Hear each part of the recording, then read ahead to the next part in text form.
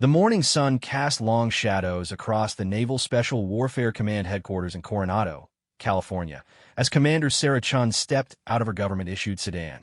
The crisp Pacific breeze carried the familiar scent of salt and steel that had become as much a part of her identity as the uniform she wore with quiet pride.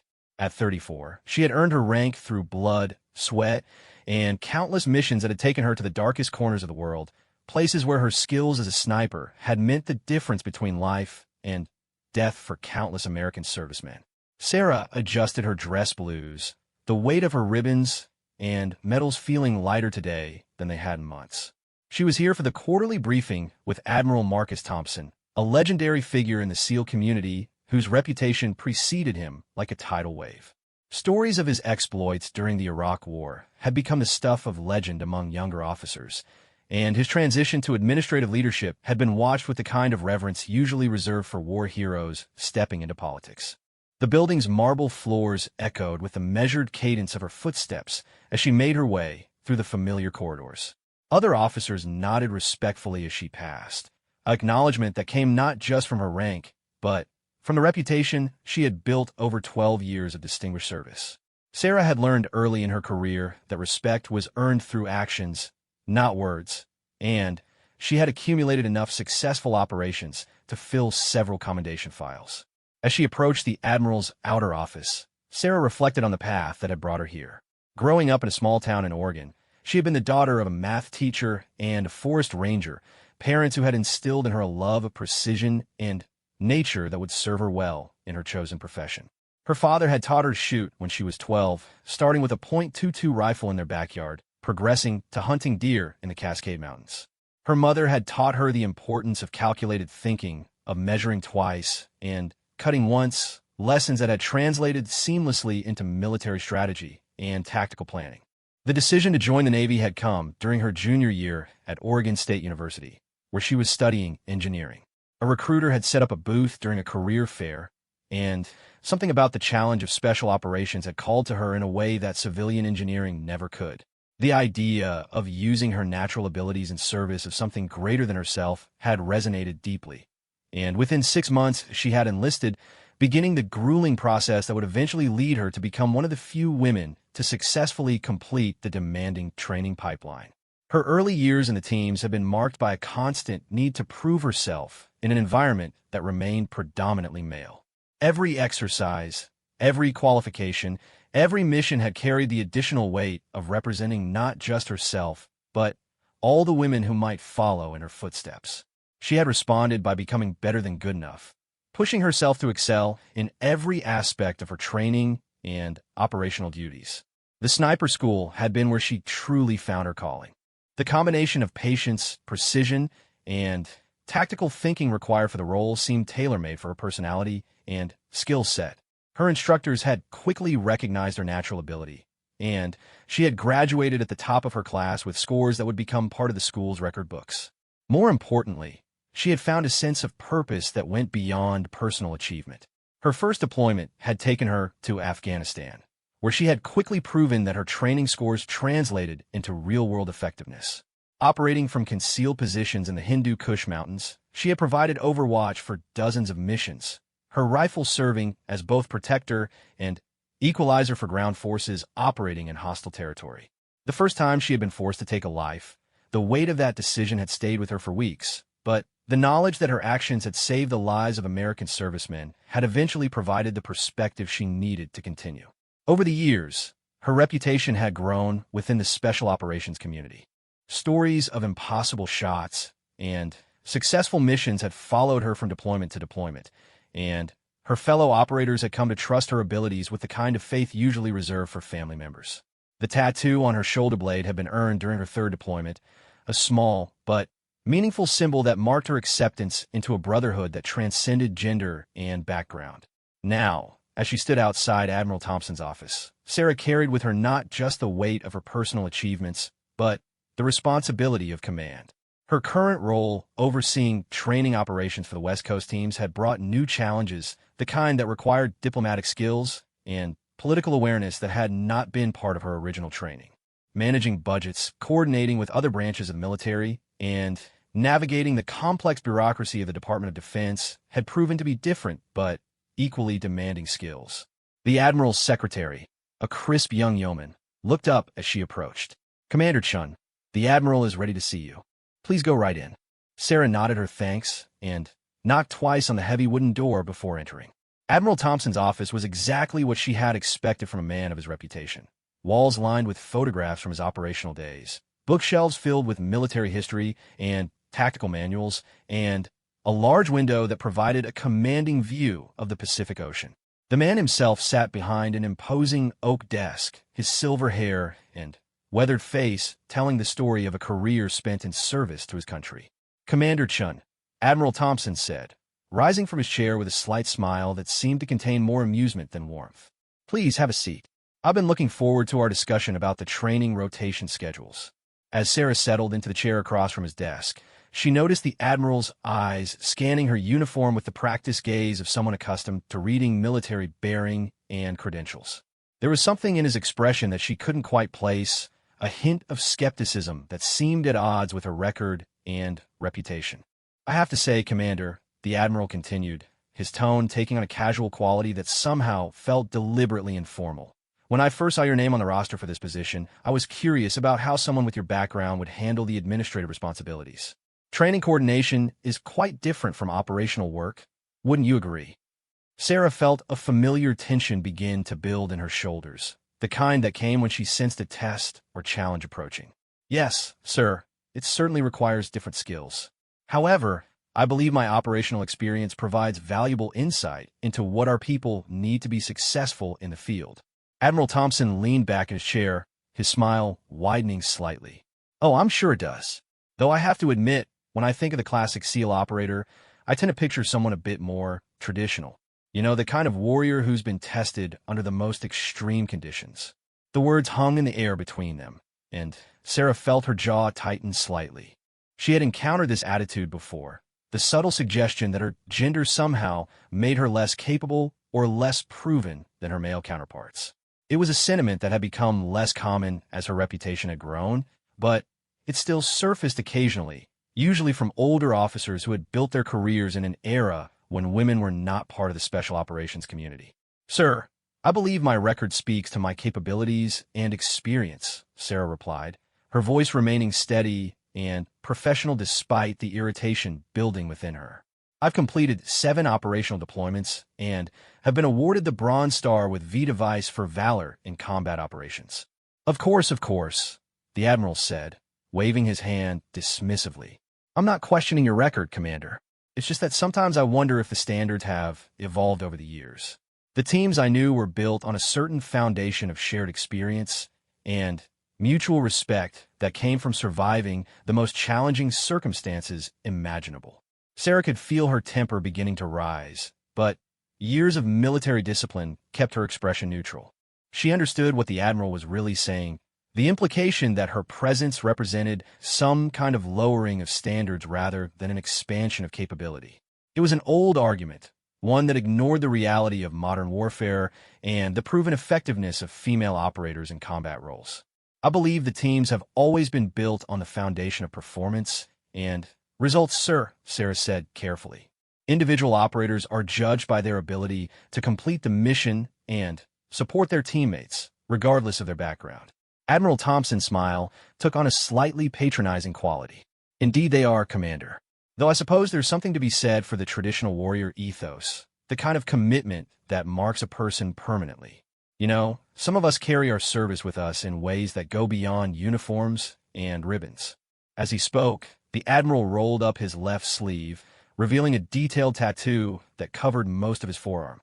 The design was intricate and clearly military in nature, featuring crossed tridents, a skull, and various dates that presumably marked significant operations or deployments. It was the kind of body art that told a story, each element representing a chapter in his military career. "This tells the story of 28 years in the teams," the Admiral said, his voice taking on a reverent quality. "Every line, every symbol means something. It's a record of service that can't be faked or bureaucratically assigned. It's earned through action and sacrifice." Sarah felt the implication hanging heavy in the air. The Admiral was suggesting that her service, her achievements, somehow lacked the authenticity that came with traditional military culture. It was a challenge disguised as casual conversation, a test of her character and commitment wrapped in stories of his own experience. For a moment, Sarah considered her response.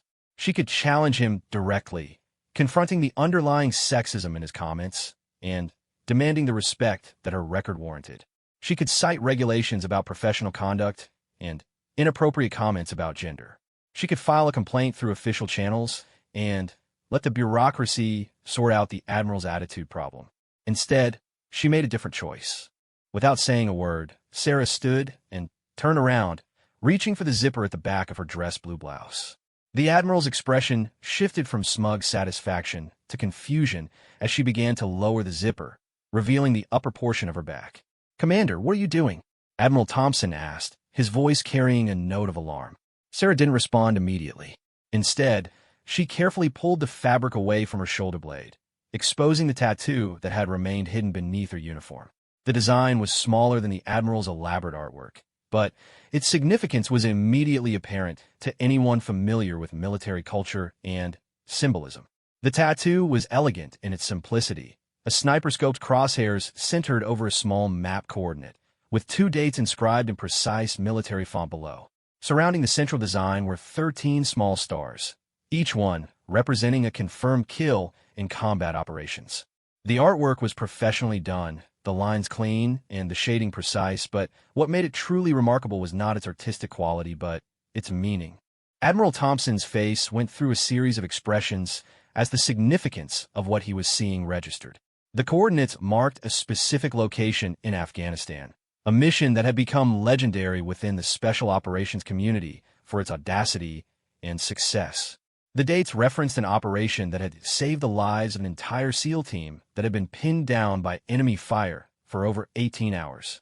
The silence in the office stretched for several seconds as the Admiral processed what he was looking at. Sarah remained standing with her back to him, allowing him time to fully understand what her tattoo represented. Each of those 13 stars told a story of precision, patience, and deadly effectiveness under the most challenging conditions imaginable. More importantly, they represented 13 times when her skills had meant the difference between American servicemen going home to their families or coming home in flag-draped coffins. "Commander," the Admiral said finally, his voice carrying a completely different tone than it had moments before. Are those the coordinates for Operation Midnight Sun?" Sarah turned around slowly, adjusting her uniform blouse as she faced the Admiral again. His expression had changed completely, the earlier skepticism and condescension replaced by something approaching awe. She could see him trying to reconcile the woman standing before him with a legendary sniper whose exploits had become part of SEAL lore. "Yes, sir," Sarah replied simply, her voice carrying the quiet confidence of someone who had nothing left to prove. The Admiral sat down heavily in his chair, running his hand through his silver hair as he stared at her with new eyes. Operation Midnight Sun had been a mission that few people outside the Special Operations community knew about, but within that tight-knit brotherhood, it was the stuff of legend. A single sniper providing overwatch for a rescue operation in hostile territory, taking shots at ranges that stretched the limits of both human skill and equipment capabilities.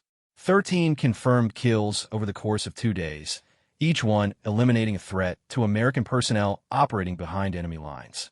"I heard about that operation," Admiral Thompson said slowly, his voice filled with a respect that had been completely absent from their earlier conversation. The briefing said it was some of the finest marksmanship work anyone had ever seen in combat conditions. The range on some of those shots was supposed to be nearly impossible. Sarah remained standing at attention, but there was a subtle shift in her posture, a sense of vindication that came from finally being recognized for her actual capabilities rather than being prejudged based on her gender. The tattoo had done what words could never accomplish, providing undeniable proof of her place within the warrior culture that the Admiral claimed to value so highly. "The mission required precision under extremely challenging conditions, sir," Sarah said, her voice remaining professional, but carrying an undertone of quiet pride. The lives of American servicemen were at stake, and failure was not an option. The Admiral nodded slowly, his earlier bravado completely deflated. He understood now that he had made a serious error in judgment, allowing his preconceptions about gender and military capability to blind him to the reality of the officer standing before him. Sarah Chun was not just a competent administrator who happened to be female. She was a proven warrior whose combat record would have been impressive regardless of gender. The atmosphere in the office had shifted dramatically, and both of them knew that their professional relationship had reached a turning point. The Admiral's casual dismissiveness had been replaced by genuine respect, but the damage to their initial interaction could not be easily undone. Sarah had proven her point, but at the cost of having to literally expose herself to earn the recognition that should have been given freely based on her record and reputation. As the silence stretched between them, both officers contemplated the implications of what had just occurred. For Admiral Thompson, it was a humbling reminder that his own biases had nearly caused him to disrespect one of the most accomplished snipers in the history of the teams. For Sarah, it was another chapter in the ongoing struggle to be recognized for her abilities rather than judged by her gender. The Pacific breeze continued to blow outside the office window, carrying with it the sounds of a military base going about its daily business. Inside, two veterans of America's wars sat in the aftermath of a conversation that had revealed more about both of them than either had intended. The morning's briefing about training schedules seemed suddenly unimportant compared to the deeper issues of respect, recognition, and the evolving nature of military service in the 21st century. Admiral Thompson cleared his throat, breaking the silence that had settled over the office. When he spoke again, his voice carried a humility that had been absent from their earlier exchange. "Commander Chun," he said, his words carefully chosen, "I owe you an apology." Admiral Thompson's words hung in the air like morning fog over the bay, heavy with the weight of recognition and regret. Sarah remained at attention, her uniform properly adjusted, but the moment between them had fundamentally altered the dynamics of their professional relationship. The tattoo was once again hidden beneath the crisp fabric of her dress blues, but its revelation had created an invisible bridge between two warriors who understood the true cost of service. "Sir, with respect, I didn't show you that for an apology," Sarah said, her voice steady but not unkind. "I showed it to you because sometimes our service speaks louder than our words, and sometimes people need to see the evidence of what we've done before they're willing to believe it's real." The Admiral studied her face, noting the absence of anger or resentment despite having every right to both. There was something in her demeanor that spoke to a deeper understanding of human nature, a patience that came from having dealt with similar situations before. He realized that this was not the first time she had been forced to prove herself to skeptical superior officers, and likely would not be the last. "How long have you been dealing with this kind of reception?" he asked, his question genuine and free of the condescension that had marked their earlier conversation. Sarah considered her answer carefully. She could have given him a diplomatic response, something politically safe that would smooth over the awkwardness of the moment. Instead, she chose honesty, recognizing that authentic communication was the only way forward. "Since the day I walked into my first SEAL training facility 12 years ago," she replied. "But it's gotten better over time, and the worst skeptics usually become the strongest advocates once they see what I can do. The team's taught me that actions speak louder than assumptions, and that patience is just as important a weapon as any rifle." Admiral Thompson leaned back in his chair, processing not just her words, but the implications of what she had just shared. 12 years of proving herself over and over again, of earning respect that should have been given based on merit and record. He thought about his own career, how his gender and traditional background had opened doors that others had to fight to crack open. "Tell me about Operation Midnight Sun," he said, his tone now carrying the respectful curiosity of one professional seeking to understand another's expertise. "The official reports were necessarily vague, but I've heard pieces of the story over the years." Sarah moved back to her chair and sat down, recognizing that their meeting had evolved into something more substantive than the routine briefing they had both anticipated. When she spoke, her voice took on the measured cadence of someone recounting events that had been seared into memory by their intensity and importance. "It started as a routine extraction mission," she began, her eyes focusing on a point somewhere beyond the Admiral's shoulder as she recalled details that would never fully fade. Team 7 had been conducting surveillance on a Taliban stronghold in the Kunar province when their position was compromised. What should have been a quick exfiltration turned into a 36-hour siege when enemy forces surrounded their hide site. The Admiral listened intently, his earlier dismissiveness replaced by the focused attention of someone who understood the complexities of combat operations. He had been in similar situations himself, knew the feeling of time stretching endlessly when survival depended on split-second decisions and perfect execution. The terrain made helicopter extraction impossible during daylight hours, Sarah continued. The team was pinned down in a valley with enemy positions on three sides, and conventional air support couldn't get close enough to be effective without risking civilian casualties in a nearby village. Command needed a precision solution, something that could eliminate specific threats without collateral damage. She paused for a moment, remembering the weight of the rifle in her hands as she had prepared for the mission. The M110 automatic sniper system had been her weapon of choice, a tool she knew as intimately as a pianist knows their instrument. Every adjustment, every calculation, every breath had been part of a deadly symphony that would determine whether 7 American servicemen would return home alive.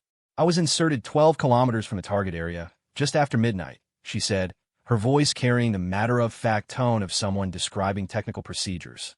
The approach took 4 hours through some of the most challenging terrain I've ever encountered. Mountain goat trails, loose scree, and the constant threat of enemy patrols made every step a calculated risk. Admiral Thompson found himself leaning forward slightly, drawn into the narrative despite himself. He had read countless after-action reports over the years, but there was something different about hearing a first-hand account from someone who had lived through the experience. Sarah's voice carried the authenticity that could only come from having been there, from having felt the weight of responsibility that came with holding other people's lives in her hands. The overwatch position I selected was on a ridgeline 800 meters from the closest enemy position, Sarah continued. It provided clear lines of sight to all the key threat areas, but it also meant that every shot would have to be perfect. At that range, in those conditions, there was no margin for error. She explained how she had spent the first hour carefully surveying the battlefield through her scope, identifying enemy positions and movement patterns. Each potential target had been cataloged and prioritized based on the threat they posed to the pinned-down SEAL team. The mathematics of long-range shooting had become second nature to her over the years, but the environmental conditions that morning had presented unique challenges. The wind was unpredictable, she said, her hands unconsciously moving as if she were still adjusting for atmospheric conditions. Valley winds and mountain terrain create currents and eddies that can change direction and velocity every few minutes. I had to time each shot for those brief moments when conditions were stable enough to ensure accuracy. The Admiral was beginning to understand the level of skill and patience that the operation had required. Long-range precision shooting was as much art as science, requiring not just technical knowledge but an intuitive understanding of physics, weather, and human behavior. The fact that Sarah had maintained that level of performance under combat stress, with lives hanging in the balance, spoke to abilities that went far beyond basic marksmanship training. The first shot came at dawn, Sarah said, her voice dropping slightly as she recalled the moment when theory had become reality. An enemy sniper had positioned himself where he could provide overwatch for Taliban forces moving to flank Team 7's position. The range was 923 meters, quartering headwind at 8 to 10 miles per hour. She described the shot in technical terms, but Admiral Thompson could hear the emotion underneath the professional language. Taking a life, even in combat, even when necessary to save others, carried a weight that never fully disappeared. The best warriors learned to carry that weight with dignity and purpose, but it was always there. Target eliminated, she said simply, but that shot revealed my position to enemy spotters, which meant I had to relocate immediately while maintaining overwatch responsibilities.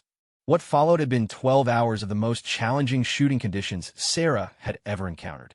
Moving from position to position while maintaining visual contact with the battlefield, calculating shots at ranges that stretched her equipment to its limits, and doing it all while under the constant threat of being located and engaged by enemy forces.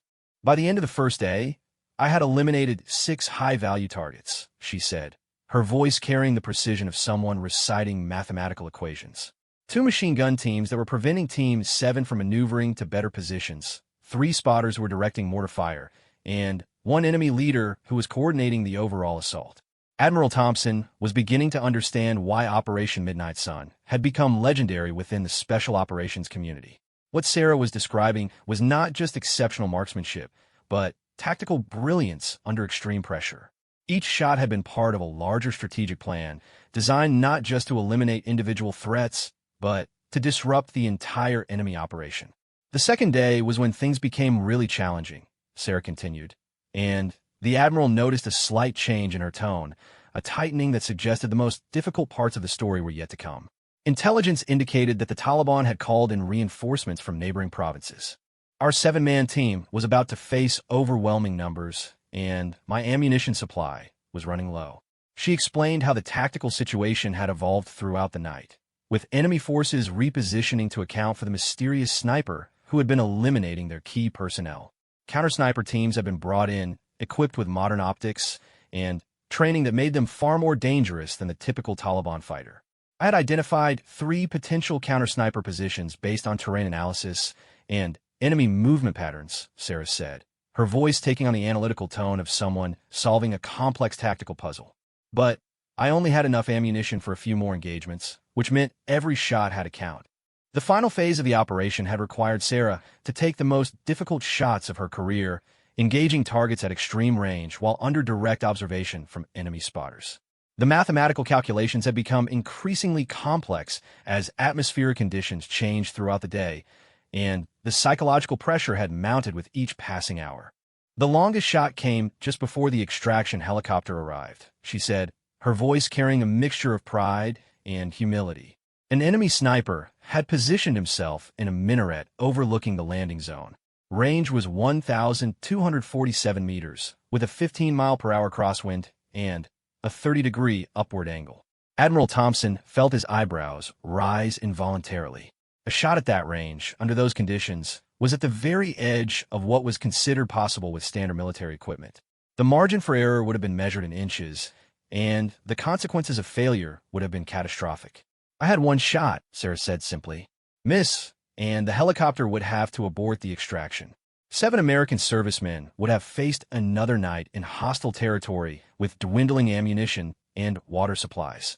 She described the shot in technical detail, explaining how she had accounted for bullet drop, wind drift, and the Coriolis effect at that extreme range. The mathematical calculations had been only part of the challenge. The psychological pressure of knowing that failure meant potential death for her teammates had been equally demanding. Target eliminated, she said, using the same matter-of-fact tone she had employed throughout her narrative. Team 7 was successfully extracted with no casualties. The office fell silent as Admiral Thompson processed what he had just heard. The statistics were impressive enough on their own. 13 confirmed kills at ranges that pushed the boundaries of human capability. But the broader implications of the operation were even more significant. Sarah had single-handedly disrupted an entire enemy operation, saving the lives of 7 American servicemen while operating alone in hostile territory for 36 hours. The tattoo, he said finally, understanding now why she had chosen to reveal it. Each star represents a life saved, Sarah finished for him. Not a life taken. I don't celebrate killing people, Admiral. I commemorate the Americans who went home to their families because someone was there to watch over them when they needed it most. The distinction was crucial, and Admiral Thompson recognized it immediately. The best warriors understood that violence was a tool to be used in service of a larger purpose, not an end in itself. Sarah's tattoo was not a celebration of her deadly skills, but a reminder of the responsibility that came with those abilities. How do you carry that weight? He asked, his question reflecting genuine curiosity about the psychological aspects of her experience. Sarah considered her answer carefully. It was a question she had asked herself many times over the years, particularly during the quiet moments when the adrenaline had faded and she was left alone with the memory of what she had done. I focus on the why rather than the what, she said finally. Every person I've had to eliminate was actively engaged in trying to kill American servicemen. My job was to make sure our people came home alive, and I did my job. The weight comes not from what I did, but from knowing that if I hadn't been there, if I hadn't been good enough, other people would have paid the price. Admiral Thompson nodded slowly, recognizing the mindset of someone who had found a way to reconcile the moral complexities of warfare with the practical necessities of protecting others. It was a perspective that could only be achieved through experience and careful reflection, and it spoke to Sarah's maturity as both a warrior and a person. "I need to ask you something," the Admiral said, his tone becoming more formal as he shifted back toward their professional relationship. "When you walked into this office this morning, did you come here expecting to have to prove yourself again?" Sarah met his gaze directly, her expression thoughtful, but not defensive. "I hope I wouldn't have to, sir. But experience has taught me to be prepared for it. The question isn't whether people will judge me before they know me. The question is whether they're willing to change their minds when presented with evidence." Her answer carried a wisdom that came from years of navigating similar situations, and Admiral Thompson realized that he had learned something important about leadership and character during their unexpected conversation. The morning's meeting had revealed more about both of them than any formal briefing could have accomplished, and he found himself genuinely grateful for the lesson. Outside the office window, the Pacific continued its eternal rhythm against the California coast, indifferent to the human dramas playing out within the walls of the Naval Special Warfare Command. But inside Admiral Thompson's office, two veterans of America's wars had found a new understanding, built on mutual respect and the recognition that true warriors come in many forms. The conversation was far from over, and both of them knew that the implications of this morning's revelations would continue to shape their professional relationship in the days and weeks to come. For now, though, they sat in the comfortable silence of two people who had found common ground in the most unlikely circumstances. The weight of silence in Admiral Thompson's office had settled like morning mist, carrying with it the unspoken recognition that their professional relationship had fundamentally shifted. Sarah remained seated across from his desk, her posture relaxed but alert, while the Admiral struggled to process the full implications of what he had learned about the woman before him. The casual dismissiveness he had brought to their meeting now seemed not just inappropriate, but deeply embarrassing, a reminder of how preconceptions could blind even experienced leaders to the truth. "Commander," Admiral Thompson said finally, his voice carrying a gravity that had been absent from their earlier exchange, "I need you to understand something. What I said earlier, the way I approached this meeting, was inexcusable. I allowed my own biases to override my judgment, and that's a failure of leadership that I take full responsibility for." Sarah studied his face, noting the genuine distress in his expression. She had seen this moment before, the instant when someone realized that their assumptions had led them to treat a fellow service member with less respect than they deserved. Some people doubled down when confronted with their own prejudices. Others, like the Admiral, seemed to genuinely grapple with the implications of what they had done. "Sir, I appreciate that," she replied, her tone measured but not cold. "But I also need you to understand that this isn't really about me personally. I've dealt with skepticism before, and I'll deal with it again. What concerns me is what this attitude means for the other women who are coming up through the pipeline, the ones who might not have 13 stars on their shoulder to prove their worth." The Admiral's expression shifted as he considered her words. He had been thinking about his personal failure in judgment, but Sarah was pointing toward a broader institutional issue that went far beyond their individual interaction. She was right, of course. Her experience was not unique, and other women in the special operations community were likely facing similar challenges without the benefit of her legendary record to shield them. "How many others are there?" he asked, his question reflecting a genuine desire to understand the scope of the issue. "Women in the teams, I mean, in operational roles." "More than you might think, fewer than there should be," Sarah replied. "The numbers are still relatively small, but they're growing. And each one of them has to deal with the assumption that they don't belong, that their presence somehow diminishes the capabilities of their units. It's exhausting, and it drives away people who could be valuable assets to the community." Admiral Thompson leaned back in his chair, his mind working through the implications of what she was telling him. He had risen through the ranks during an era when the special operations community was almost exclusively male, and his perspective had been shaped by that experience. The idea that talented operators were being driven away by institutional attitudes was troubling on multiple levels. "What would you recommend?" he asked, and Sarah was struck by how completely his demeanor had changed. The condescending superior officer who had greeted her at the beginning of their meeting had been replaced by someone genuinely seeking to learn and improve. "Start with the assumption that people are capable until proven otherwise," Sarah said, her voice taking on the tone of someone who had given considerable thought to the issue. Judge performance, not appearance. Create environments where people can demonstrate their abilities without having to overcome unnecessary barriers first. She paused, considering how much of her own experience to share. The conversation had already gone far beyond the routine briefing they had both anticipated, but she sensed an opportunity to create real understanding that might benefit others down the line. "Admiral, can I tell you something about my first deployment?" she asked, and when he nodded, she continued. "I was assigned to Team 3 for operations in Afghanistan. My teammates had never worked with a female operator before, and half of them weren't sure I belonged there. But my team leader, Chief Petty Officer Martinez, made a decision on day one that changed everything." Sarah's voice took on a warmer tone as she recalled the man who had become both mentor and friend during those challenging early months.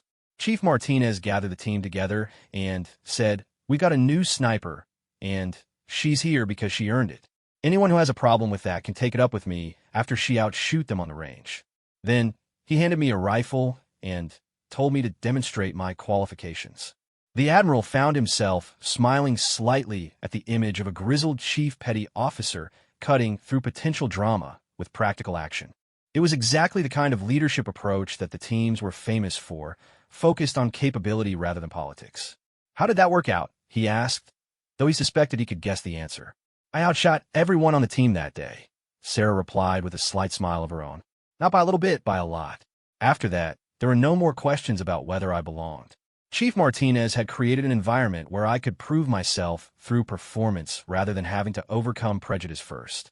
The story illustrated exactly the kind of leadership approach that Sarah had been advocating, and Admiral Thompson could see how it could be applied more broadly across the special operations community. Rather than allowing doubts and biases to fester, effective leaders could create situations where capability was demonstrated objectively and definitively. "Chief Martinez sounds like an exceptional leader," the Admiral observed. "He was," Sarah agreed, her voice carrying a note of sadness that suggested the past tense was significant. "He was killed in action during our 5th deployment together. IED strike on a convoy in Helmand Province. He was posthumously awarded the Navy Cross for actions during that same operation."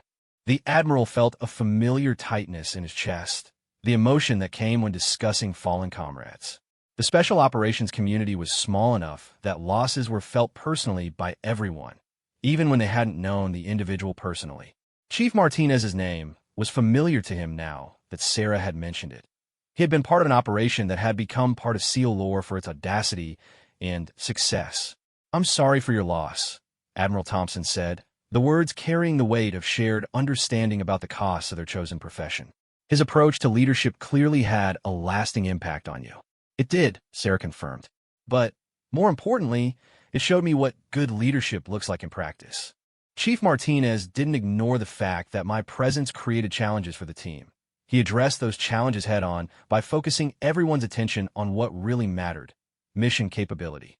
The conversation was evolving into something resembling a professional development discussion, with both officers exploring questions of leadership and institutional culture that went far beyond their individual interaction. Admiral Thompson found himself genuinely engaged with Sarah's perspectives, recognizing that her experiences had given her insights that could be valuable for the broader community. "What changes would you implement if you were in my position?" he asked, his question reflecting both curiosity and respect for her judgment. Sarah considered her answer carefully. She was being given an opportunity to influence policy at a level that few officers ever reached, and she wanted to make sure her recommendations were practical and achievable rather than idealistic wishes. "First, establish clear performance standards that are applied consistently regardless of gender," she said, her voice taking on the measured tone of someone presenting a formal briefing. "Make sure that everyone understands what success looks like, and then measure people against those standards rather than against assumptions or stereotypes." The Admiral nodded, recognizing the wisdom in her first recommendation. Clear, objective standards were fundamental to fair evaluation, and they provided a framework that protected both individuals and institutions from accusations of bias or favoritism. Second, invest in leadership development that specifically addresses unconscious bias and inclusive leadership, Sarah continued. Most people don't set out to treat their teammates unfairly, but they carry assumptions that can affect their judgment. Good training can help people recognize and address those blind spots. Again, Admiral Thompson found himself agreeing with her analysis. He was beginning to realize that his own behavior earlier in their meeting had been shaped by exactly the kind of unconscious assumptions that Sarah was describing. Training that helped leaders recognize and address those patterns could prevent similar situations in the future. Third, create mentorship programs that pair experienced operators with junior personnel, regardless of gender, Sarah said. The special operations community has always relied on informal mentorship, but formalizing those relationships can help ensure that everyone gets the guidance they need to succeed. The Admiral was impressed by the thoughtfulness of her recommendations. Rather than focusing on complaints or criticisms, Sarah was proposing concrete solutions that could improve the community for everyone.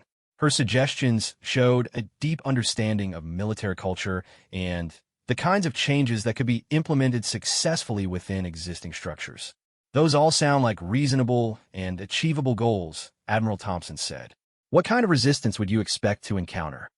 Honestly, less than you might think, Sarah replied. Most operators care about mission success above everything else. When you frame these changes in terms of improving capability and effectiveness, people tend to be supportive. The resistance usually comes from people who see diversity as a political issue rather than an operational one. Her assessment aligned with the Admiral's own observations about military culture. The special operations community was fundamentally pragmatic, focused on results rather than ideology. Proposals that could be shown to improve operational effectiveness were generally well received, regardless of their political implications. What about at the senior leadership level? He asked. How do we address the kind of attitudes that I displayed earlier? Sarah's expression became more serious as she considered the question. Senior leader buy-in was crucial for any institutional change effort, but it was also often the most challenging to achieve. Older officers have been shaped by different experiences and cultural norms, and changing those deeply ingrained perspectives required more than simple policy directives. It starts with honesty about the problem, she said finally. Leaders need to acknowledge that bias exists and that it affects decision-making, even when people have good intentions. You can't fix something you won't admit is broken. The Admiral felt the weight of her words, recognizing that he would need to examine his own attitudes and behaviors more critically than he had in the past. The conversation with Sarah had been a wake-up call, forcing him to confront assumptions that he hadn't even realized he was carrying. What made you decide to stay in despite facing these challenges? He asked, his question reflecting genuine curiosity about her motivation and resilience. Sarah was quiet for a moment, considering how to articulate feelings and convictions that had been tested repeatedly over the course of her career. When she spoke, her voice carried the conviction of someone who had found purpose in her work despite its difficulties. Because the mission matters more than the politics, she said simply. American servicemen and women are operating in dangerous places around the world, and they deserve the best possible support regardless of where that support comes from. If my skills can help bring people home alive, then dealing with occasional skepticism is a small price to pay. Her answer revealed something fundamental about her character, a sense of duty that transcended personal comfort or career advancement. Admiral Thompson recognized it as the kind of commitment that had always defined the best warriors, regardless of their background or circumstances. Besides, Sarah added with a slight smile, someone has to be first. Someone has to prove that it can be done, that women can succeed in these roles and contribute meaningfully to the mission. If I don't do it, who will? The Admiral found himself feeling a deep respect for the woman sitting across from his desk, not just for her operational accomplishments, but for her willingness to endure personal challenges in service of a larger cause. She had chosen to be a pioneer in a field that wasn't always welcoming, accepting the burdens that came with that role because she believed in the importance of the work. Your parents, he said, thinking of the conversation Sarah had mentioned earlier about her upbringing in Oregon. Are they proud of what you've accomplished? Sarah's expression softened as she thought about her family, the people who had shaped her character and supported her choices even when they didn't fully understand the world she had chosen to enter. They are, she said, her voice carrying warmth that had been absent from their earlier discussion of operational matters. Though I think they worry more than they let on. Mom still sends care packages to whatever address I give her, and Dad asks me about my shooting scores every time we talk on the phone. The image of Sarah's father asking about shooting scores brought a smile to Admiral Thompson's face. He could picture the proud parent trying to understand his daughter's achievements in terms he could relate to, finding connection through the technical aspects of marksmanship that he had taught her as a child. "Do they know about Operation Midnight Sun?" he asked. "They know I was involved in something significant, but they don't know the details," Sarah replied. "Most of my family doesn't have security clearance, and I try to keep them separated from the more intense aspects of what I do. They worry enough already." It was a reminder of the personal costs that came with their chosen profession, the way that operational security requirements could create distance between service members and their families. Admiral Thompson thought about his own family, the conversations he had never been able to have with his wife and children about the things he had done and seen during his career. The morning sun had shifted position during their extended conversation, casting different shadows across the Admiral's office and reminding both officers that time was passing. They had covered far more ground than either had anticipated when Sarah first walked through the door, and the routine briefing about training schedules seemed like a distant memory.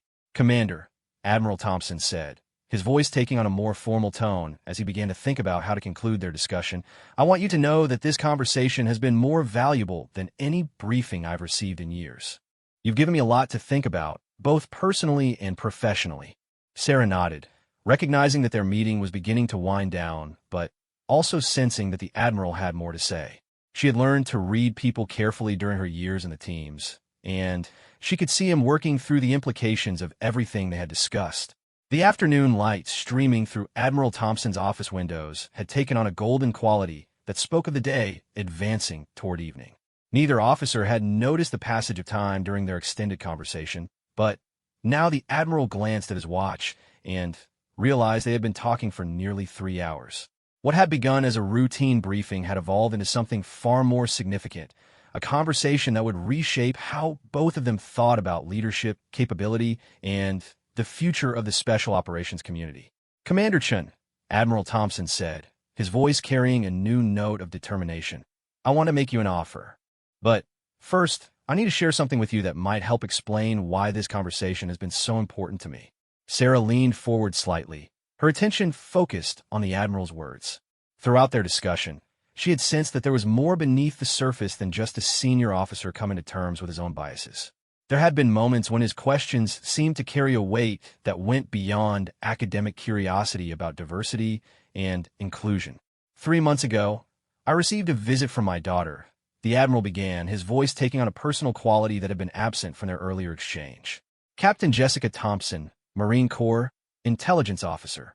She's 31 years old, served 2 tours in Iraq, and 1 in Afghanistan, decorated veteran with an outstanding record. She came to me because she was considering leaving the Corps." The Admiral paused, his expression reflecting the memory of a difficult conversation with someone he loved. Sarah remained silent, understanding that he was sharing something deeply personal and important. "Jessica told me that she was tired of having to prove herself over and over again, tired of being the only woman in rooms full of men who questioned her qualifications before they even knew her name. She said she loved the work, believed in the mission, but couldn't see a future where she would ever be judged solely on her performance rather than constantly having to overcome assumptions about her gender." Sarah felt a familiar tightness in her chest as she listened to the Admiral describe his daughter's experience. The story was one she had heard countless times from other women in the military, the slow erosion of confidence and enthusiasm that came from constantly fighting battles that had nothing to do with operational performance or mission success. "I gave her the standard father advice," Admiral Thompson continued, his voice carrying a note of regret. "Work harder, be better, prove them wrong. I told her that things were changing, that her generation of female officers would have opportunities that previous generations hadn't enjoyed. I encouraged her to stick it out, to be part of the solution." The Admiral's hands were clasped tightly in front of him on the desk, and Sarah could see the tension in his shoulders as he continued his story. This was clearly a conversation that had stayed with him, one that had challenged his understanding of his daughter's career and the broader military culture. 2 weeks later, Jessica submitted her resignation, he said quietly. She took a position with a defense contractor, doing essentially the same work, but in an environment where her credentials spoke for themselves. she's happy now, successful, but the Corps lost an exceptional officer because we couldn't create an environment where she felt valued for her capabilities. The silence that followed stretched for several seconds as both officers contemplated the implications of what the Admiral had shared. Sarah understood now why their conversation had resonated so deeply with him. Every word she had spoken about her own experiences had echoed his daughter's struggles and ultimate decision to leave military service. "Admiral," Sarah said gently, "I'm sorry about your daughter's experience, but I need you to understand that her decision doesn't reflect a failure on her part. Sometimes leaving is the right choice, especially when staying means compromising your own sense of worth and professional satisfaction." Admiral Thompson nodded, though his expression remained troubled. "I know you're right intellectually, but as a father and as a senior military leader, it feels like a failure on multiple levels. I couldn't protect my daughter from experiencing what she experienced, and I wasn't aware enough of the institutional issues to address them proactively." Sarah studied his face, recognizing the genuine pain in his expression. The Admiral was grappling not just with personal guilt about his daughter's experience, but with a broader recognition that his leadership hadn't addressed systemic problems that were driving away talented people. "What you did wrong earlier this morning," Sarah said carefully, "wasn't malicious. It was unconscious, the result of assumptions you didn't even realize you were making. The fact that you can recognize it now, that you're willing to examine your own behavior and work to change institutional patterns, that matters more than the initial mistake." Her words seemed to provide some measure of comfort to the Admiral, though his expression remained serious. "That brings me to the offer I wanted to make," he said, his voice taking on a more formal tone. "I've been tasked with developing a new training initiative, something that will prepare the next generation of special operations leaders for the challenges they'll face in an evolving operational environment." Sarah's interest was immediately piqued. Training and professional development had always been areas where she felt she could make a significant contribution, drawing on her operational experience to help prepare others for the realities they would face in the field. The program would focus on advanced leadership skills, cultural competency, and adaptive thinking, Admiral Thompson continued. "But based on our conversation today, I think there's another critical component that needs to be included: creating inclusive environments that maximize the potential of all team members regardless of their background." The Admiral leaned forward, his expression becoming more animated as he outlined his vision for the program. "I want you to lead the development of that component, Commander. Design a curriculum that addresses the issues we've discussed today, create training scenarios that help leaders recognize and address their own biases, develop assessment criteria that ensure we're promoting the right people for the right reasons." Sarah felt her pulse quicken as she considered the scope of what the Admiral was proposing. It would be an opportunity to influence the culture of the special operations community at a fundamental level, to help ensure that future generations of leaders were better prepared to maximize the potential of all their team members. It would be a 2-year assignment, the Admiral continued, working directly with the Naval Postgraduate School and the Special Operations Command Education Directorate. You'd have a budget, a staff, and the authority to implement real changes in how we prepare leaders for command responsibilities. The offer was extraordinary, both in terms of its scope and its potential impact. Sarah could envision developing training programs that would help prevent other talented officers from having experiences like Jessica Thompson's, creating educational frameworks that would make the special operations community more effective by being more inclusive. "Admiral," Sarah said, her voice carrying both excitement and caution, "this sounds like an incredible opportunity, but I have to ask, are you making this offer because of my qualifications, or because you feel guilty about how you treated me this morning?" The directness of her question seemed to catch Admiral Thompson off guard for a moment, but then he smiled, recognizing the wisdom in her concern. "That's exactly the kind of thinking that makes you the right person for this job," he said. "You're right to question my motivations, and I appreciate you being direct about it." He leaned back in his chair, his expression becoming more thoughtful. "The truth is, it's probably a little of both. My guilt about this morning's conversation is real, but it's also opened my eyes to how much I don't understand about these issues. I need someone who has lived these experiences, who understands both the challenges and the solutions from a personal perspective." The Admiral's honesty was refreshing, and Sarah appreciated his willingness to acknowledge the complexity of his motivations.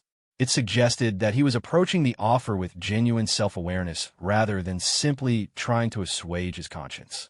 More importantly, he continued, your operational record speaks for itself. You've demonstrated exceptional leadership under the most challenging conditions imaginable.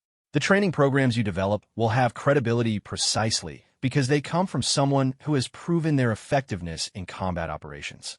Sarah nodded slowly, recognizing the validity of his argument. Her combat experience would indeed lend credibility to any training program she developed, making it harder for skeptics to dismiss her recommendations as theoretical or politically motivated. What kind of resistance would I face? She asked, her question reflecting the practical concerns of someone who had learned to anticipate obstacles and plan accordingly. Some, Admiral Thompson admitted. There are still officers in the community who see diversity initiatives as political correctness rather than operational necessity. But you'd have my full support, and more importantly, you'd have the backing of the Special Operations Command leadership. The message from the top is clear. We need to evolve to remain effective. The Admiral's assessment aligned with Sarah's own understanding of the military hierarchy. Senior leadership support was crucial for any major initiative, and it sounded like the institutional commitment was genuine rather than superficial. I'd also want to involve your daughter in the development process, Sarah said, her suggestion reflecting both practical and personal considerations. Her perspective as someone who left the service would be invaluable for understanding what we need to change and how to measure success. Admiral Thompson's face brightened at the mention of his daughter's potential involvement. Jessica would be incredibly valuable to the program, he agreed. She's maintained her security clearance with her new position, and she's passionate about these issues. I think she'd be honored to contribute to something that might prevent other people from having to make the choice she made. The idea of working with Jessica Thompson appealed to Sarah on multiple levels.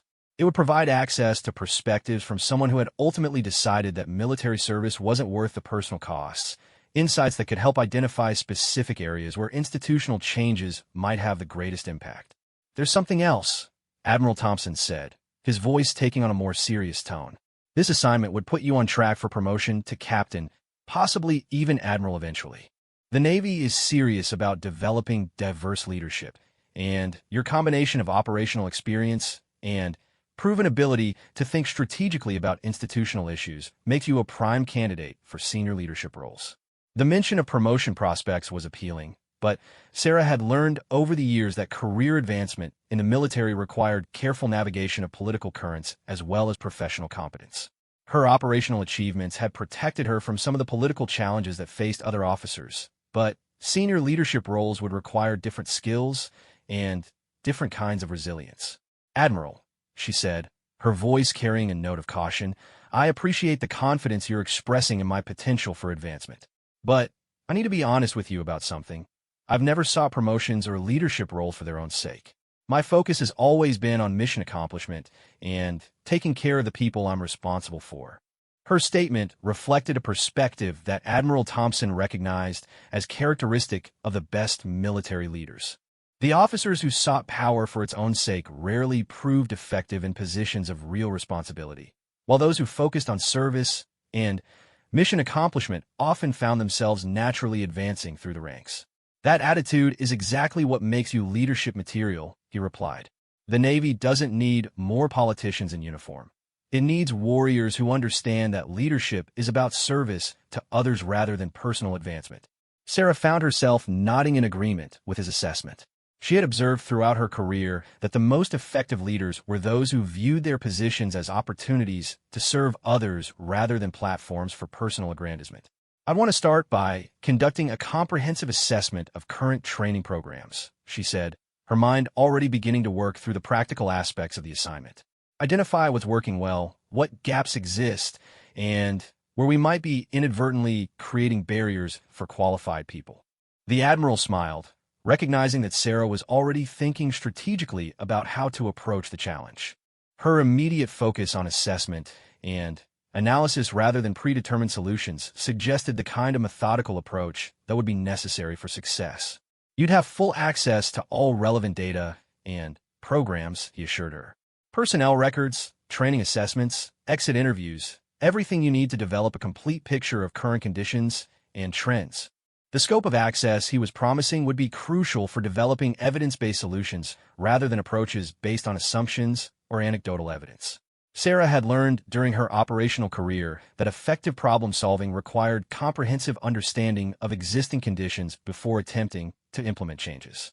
I'd also want to visit other military branches and allied services, she continued, her planning becoming more detailed as she considered the full scope of the opportunity. See what approaches other organizations are using, what lessons we can learn from their successes and failures. Admiral Thompson was increasingly impressed by the thoroughness of Sarah's initial planning. Her approach demonstrated the kind of strategic thinking that would be essential for developing training programs that could be implemented successfully across the diverse components of the special operations community. When would you need an answer? Sarah asked, recognizing that she would need time to consider all the implications of such a significant career move. Take a week, the Admiral replied. This is a major decision that will affect not just your career, but potentially the entire trajectory of your service. I want you to be completely comfortable with the choice you make. As their conversation began to wind down, both officers reflected on how dramatically their morning meeting had evolved. What had begun with tension and misunderstanding had transformed into a discussion of mutual respect and shared commitment to improving their service community. The afternoon light outside had taken on the warm, golden tones of approaching evening, and the sounds of a naval base going about its daily business provided a comforting backdrop to their deliberations. For Admiral Thompson, the conversation had been a humbling reminder of how much he still had to learn about leadership and institutional culture. For Sarah, it had been an unexpected opportunity to influence change at a level she had never anticipated reaching. Both of them understood that their discussion represented more than just a career opportunity or a lesson in avoiding bias. It was a chance to shape the future of the special operations community in ways that could benefit countless future service members, ensuring that talent and dedication would be recognized and valued regardless of the package it came in. 6 months later, Commander Sarah Chun stood before a conference room filled with the most senior leadership of the U.S. Special Operations Command, her laptop connected to a large screen displaying the results of the most comprehensive study of military culture and effectiveness ever undertaken within the community.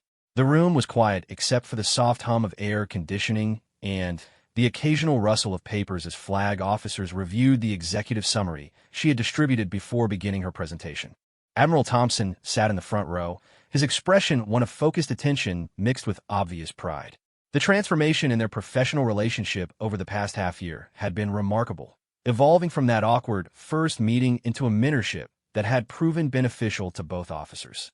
Sarah had accepted his offer to lead the Leadership Development Initiative, and the results exceeded even his most optimistic expectations. "Gentlemen," Sarah began, her voice carrying the confidence of someone who had spent months gathering irrefutable data to support her conclusions, "the findings of our assessment are both encouraging and sobering. We have identified significant opportunities to improve our operational effectiveness while strengthening the cultural foundations that make our community unique." The presentation that followed was a masterpiece of military briefing craft, combining hard data with compelling narratives in ways that made complex cultural issues accessible to leaders more comfortable with tactical planning than sociological analysis. Sarah had learned during her months of research that effective change in military organizations required more than good intentions. It demanded evidence that could convince skeptics and frameworks that could be implemented within existing structures. Our analysis of personnel retention data over the past 5 years reveals that we are losing qualified people at rates significantly higher than necessary, she continued, clicking through slides that displayed charts and graphs illustrating her points. Exit interviews consistently identify cultural factors rather than operational demands as primary reasons for departure. The statistics were sobering. Talented officers and enlisted personnel were leaving the special operations community not because they couldn't handle the physical demands or operational stress, but because they felt undervalued or unwelcome. The financial cost alone was staggering when calculated in terms of training investments lost and replacement costs incurred. More significantly, Sarah said, her voice taking on a more serious tone, we have documented cases where cultural barriers prevented the optimal utilization of available talent during actual operations. Mission effectiveness has been compromised not by lack of capability, but by failure to fully leverage the capabilities we possess. She clicked to the next slide, which displayed a case study analysis of 3 recent operations where cultural dynamics had affected tactical decision-making. The details were classified, but the patterns were clear. Teams that effectively integrated all available talent regardless of background consistently outperformed those that relied on traditional hierarchies and assumptions. Admiral Thompson watched the faces of his fellow flag officers as Sarah presented her findings.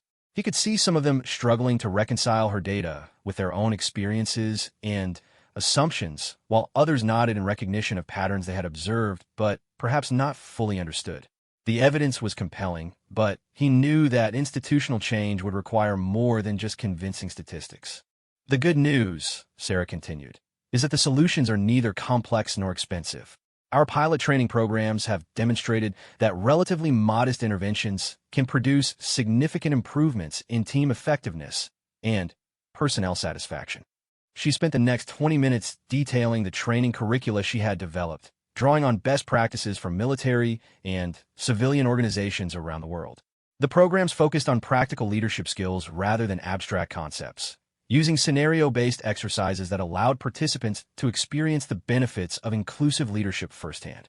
Chief Petty Officer Martinez always told me that the teams don't care about your background, only about your ability to get the job done, Sarah said, invoking the name of her fallen mentor as she concluded the formal portion of her presentation. Our training programs are designed to ensure that leaders at every level understand how to create environments where that principle can be fully realized. The mention of Martinez's name brought a subtle shift to the atmosphere in the room. Most of the senior officers present had known him personally or by reputation, and his posthumous Navy Cross had made him something of a legend within the community. Sarah's invocation of his memory was both strategic and genuine, connecting her recommendations to values that everyone in the room already respected. Questions? Sarah asked, her posture remaining confident despite knowing that the next phase of the briefing would be the most challenging. Senior military leaders were trained to identify potential problems and unintended consequences, and she expected thorough scrutiny of her proposals. The first question came from General Patricia Hayes, the only other woman in the room and the most senior female officer in the Special Operations Command.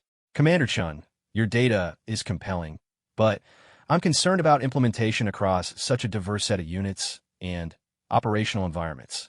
How do we ensure consistency without creating a one-size-fits-all approach that ignores the unique requirements of different mission sets? Sarah had anticipated this question and was prepared with a detailed answer. Ma'am, our implementation strategy is based on core principles rather than rigid procedures. Each unit would adapt the training frameworks to their specific operational requirements while maintaining consistency in the underlying leadership competencies we're trying to develop. She clicked through several slides showing how the basic training modules could be customized for different types of units while maintaining coherence with overall objectives. The approach was sophisticated but practical, recognizing that effective military training had to account for the diverse operational environments where Special Operations Forces served. Admiral James Morrison, a gruff veteran of multiple combat deployments, raised his hand. Commander, this all sounds very nice in theory, but I'm concerned about mission readiness.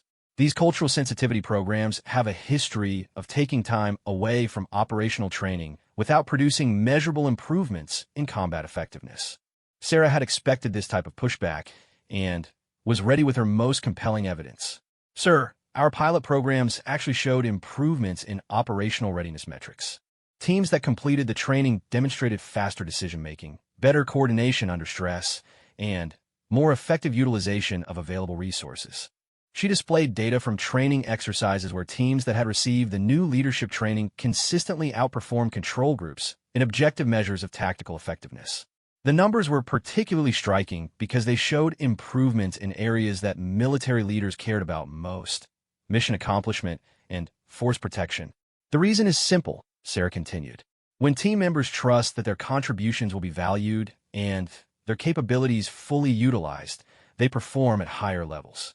When leaders know how to maximize the potential of every person on their team, overall effectiveness increases. Admiral Morrison's expression remained skeptical, but he didn't immediately challenge her data. Sarah could see him processing the implications of what she was presenting, trying to reconcile his preconceptions about cultural training with objective evidence of operational benefits. The questions continued for another 30 minutes, covering implementation timelines, resource requirements, and potential resistance from field units. Sarah answered each inquiry with the thoroughness of someone who had spent months anticipating objections and developing solutions. Her responses demonstrated not just knowledge of the subject matter, but deep understanding of military culture and the practical challenges of institutional change. Finally, Admiral Thompson stood to address his fellow leaders. Ladies and gentlemen, 6 months ago, I made some assumptions about Commander Chun based on my own biases and limited understanding. Those assumptions were wrong, and they nearly prevented me from recognizing one of the most capable officers I've ever worked with. The room was completely silent as the Admiral continued his remarks. Sarah felt a mixture of pride and embarrassment as he described their first meeting and his subsequent recognition of his own failings as a leader. The training programs Commander Chun has developed aren't about political correctness or social engineering, Admiral Thompson said, his voice carrying the conviction of someone who had been personally transformed by the experience. They're about operational effectiveness and military readiness. They're about making sure we don't waste talent because of outdated assumptions and cultural blind spots. He paused, looking around the room at his fellow flag officers. My daughter left the Marine Corps because we failed to create an environment where her considerable talents could be fully utilized. How many other exceptional officers have we lost because we couldn't see past our own preconceptions? How many missions have been compromised because we failed to maximize the capabilities of our people? The personal nature of Admiral Thompson's endorsement added weight to Sarah's presentation in ways that statistics alone could never achieve. His willingness to share his own mistakes and their consequences demonstrated the kind of leadership that the training programs were designed to develop. General Hayes was the first to respond. Admiral Thompson, thank you for your candor. Commander Chun, I'd like to see your programs piloted across all Marine Special Operations units within the next 6 months. If the results match what you've shown us today, we'll implement them command-wide. Similar commitments followed from other service representatives, with each leader expressing willingness to test the programs within their organizations. The momentum was building, and Sarah could sense that they had achieved the breakthrough she had hoped for when she first accepted the assignment. As the formal meeting concluded, several flag officers approached Sarah individually to discuss specific aspects of implementation within their commands. The conversations were substantive and respectful, a stark contrast to the skepticism and condescension she had encountered in some previous interactions with senior leadership. Admiral Thompson waited until the room had mostly cleared before approaching Sarah with a smile of genuine satisfaction. Commander, that was outstanding. You've managed to convince some of the most skeptical leaders in the military that change is not only necessary, but beneficial. Sarah felt a deep sense of accomplishment, not just for the successful briefing, but for the broader implications of what they had achieved. The training program she had developed would soon be influencing leadership development across the entire special operations community, potentially affecting thousands of military careers and countless operations. Sir, none of this would have been possible without your support, Sarah replied, acknowledging the crucial role that Admiral Thompson had played in making the initiative successful. Your willingness to examine your own assumptions and share your experience openly gave the whole program credibility it wouldn't have had otherwise. The Admiral's expression became more serious as he considered the long-term implications of their work together. Sarah, he said, using her first name for the first time in their professional relationship, I want you to know that this assignment has changed my understanding of leadership in fundamental ways. You've taught me things about myself and about our community that I should have learned years ago. The conversation was interrupted by the arrival of a young woman in civilian clothes, someone Sarah recognized immediately from photographs in Admiral Thompson's office. Jessica Thompson had indeed agreed to contribute to the training program development, and her insights as someone who had left military service had proven invaluable. Dad, Jessica said, embracing her father warmly before turning to Sarah, Commander Chun, congratulations on an incredible presentation. I watched from the observation room, and you handled those questions like a seasoned diplomat. Sarah shook hands with Jessica, struck by the younger woman's poise and intelligence. Over the months they had worked together, Sarah had come to understand why Admiral Thompson was so proud of his daughter and so frustrated by the military's failure to retain her talents. "Jessica, your contributions to this project have been essential," Sarah replied. "The exit interview analysis you conducted provided insights we never could have gathered through official channels." The three of them stood together in the now-empty conference room, representing three different perspectives on military service and institutional change. Admiral Thompson embodied the traditional military leader learning to adapt to new realities. Sarah represented the operational professional working to create change from within existing structures. Jessica symbolized the talented people who had been lost to institutional failures but who remained committed to improvement from outside the system. "I have some news," Admiral Thompson said, his expression taking on a formal quality that suggested important developments. "The Chief of Naval Operations wants to see you next week, Sarah. Word about this program has reached the highest levels, and there's discussion about expanding it across all military branches." The implications were staggering. Sarah's work had begun as a response to Admiral Thompson's personal recognition of his own biases, but it was evolving into something that could affect the entire U.S. military structure.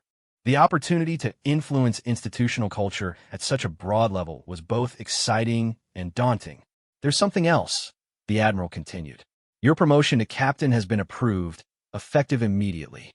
And there's already discussion about accelerated advancement to flag rank if you're interested in continuing this type of work at the highest levels of military leadership." Sarah felt a familiar mixture of pride and responsibility as she considered what the Admiral was telling her. The promotions represented recognition of her contributions, but they also meant accepting greater responsibility for institutional change at levels she had never anticipated reaching. "Sir," she said, her voice reflecting both gratitude and determination, "I'm honored by the confidence you and senior leadership are placing in me. But I want to make sure I'm clear about my motivations. This isn't about personal advancement. It's about making sure that every person who chooses to serve in the special operations community has the opportunity to contribute to their full potential." Admiral Thompson nodded, understanding the distinction she was making. "That attitude is exactly what makes you the right person for these responsibilities, Sarah. The military needs leaders who view advancement as an opportunity to serve others rather than personal achievement." As they prepared to leave the conference room, Sarah reflected on the journey that had brought her to this moment. 6 months earlier, she had walked into Admiral Thompson's office expecting a routine briefing about training schedules. Instead, she had found herself confronting institutional biases that had shaped her entire career, defending her qualifications to someone who should have recognized them automatically. Now she stood on the threshold of opportunities that could reshape military culture for generations to come. The tattoo on her shoulder blade remained hidden beneath her uniform, but its significance had evolved. Those 13 stars still represented lives saved and missions accomplished, but they had also become symbols of the progress that was possible when talent was recognized and valued regardless of its source. The late afternoon sun, streaming through the conference room windows, cast long shadows across the polished table where so many important decisions were made. For Sarah, those shadows represented both the challenges that lay ahead and the knowledge that change was not only possible, but inevitable. The military she had joined 12 years earlier was evolving, and she had been given the opportunity to help guide that evolution in positive directions. Admiral Thompson's daughter had chosen to leave military service, but her decision had sparked changes that might prevent others from facing the same choice. Sarah's willingness to reveal her tattoo during that first uncomfortable meeting had started a conversation that was now influencing policy at the highest levels of military leadership. As they walked together toward the exit, three people who had been brought together by circumstance and transformed by mutual respect, each of them understood that their work was far from finished. Institutional change was a long-term process that would require sustained effort and continued vigilance. But they had proven that progress was possible, that even the most traditional organizations could adapt and improve when led by people committed to excellence over comfort. The challenges for